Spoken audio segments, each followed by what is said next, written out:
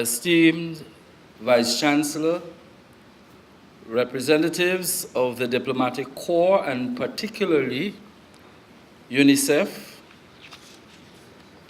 and all of you wonderful and committed Guyanese who are here to engage in a very useful and necessary conversation on this important topic of constitutional reform.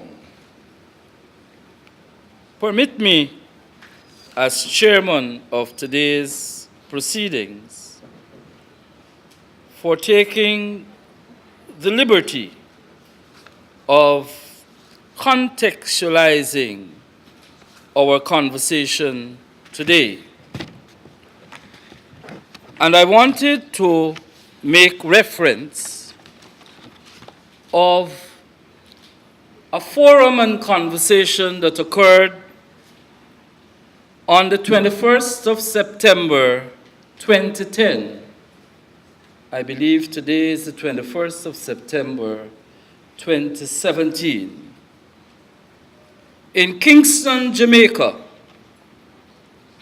where a seminal presentation was delivered by Miss Cynthia Barrow-Giles on the topic entitled, and permit me to quote, "Regional Trends in Constitutional Developments and Reform in the Commonwealth Caribbean."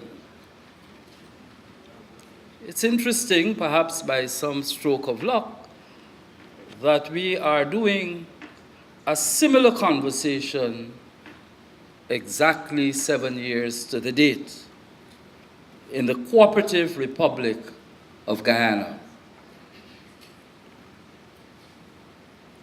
In her presentation, Ms. Cynthia Barrow-Giles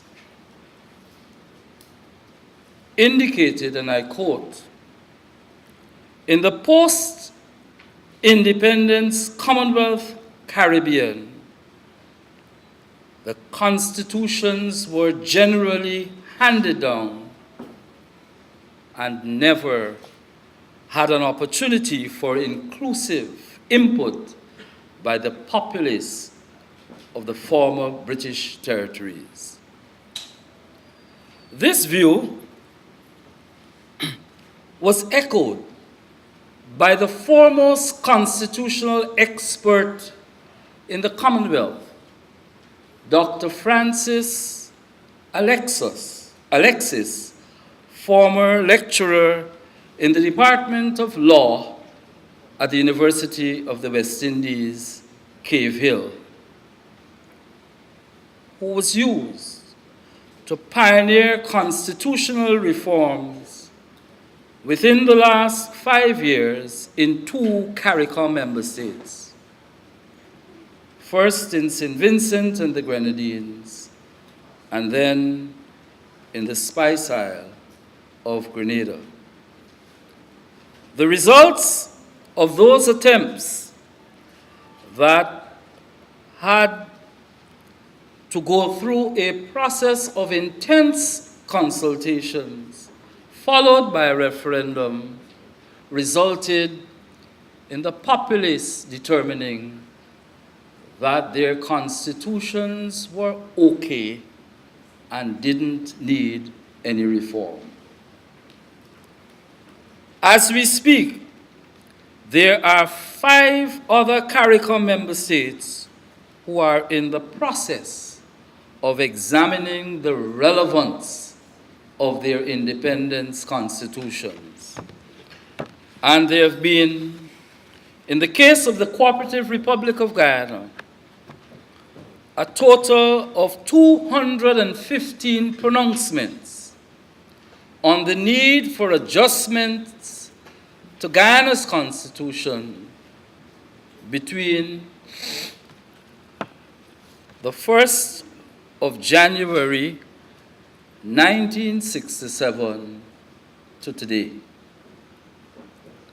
A significant commentary. And the University of Guyana as the premier tertiary institution with its remit to engaging the community on issues that are relevant and topical,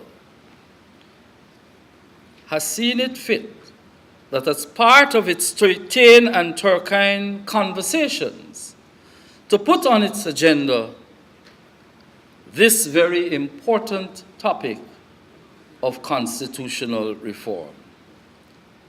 Heading this institution at this juncture of our history, a history that had its genesis prior to independence, when the then minister responsible for education, Mr. Sylvie, pioneered a bill for the establishment of the university that had bipartisan support in the legislature at that time, in which he said during that debate, and I quote, that the University of Guyana must always be seen by all and sundry as a national strategic asset which is to be preserved.